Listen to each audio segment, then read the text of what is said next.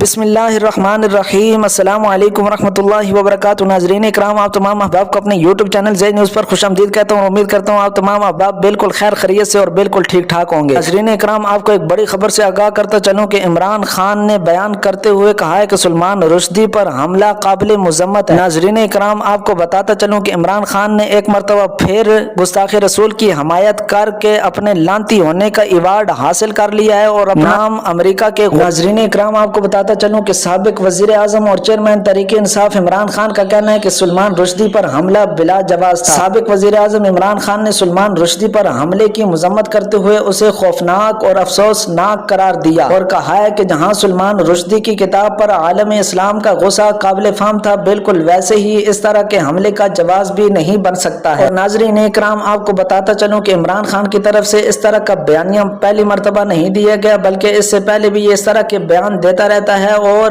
اس سے پہلے بھی اس نے گستاخ رسول کی حمایت کی ہے اور آسیہ ملعونہ کو راتوں رات باہر فرار ہونے میں مدد فراہم کی ہے۔ ناظرین اکرام، بحیثیت مسلمان ہم اس سے بیزار ہیں اور اس ایسی پارٹی سے بھی نفرت کرتے ہیں اور ایسے لیڈر سے بھی نفرت کرتے ہیں۔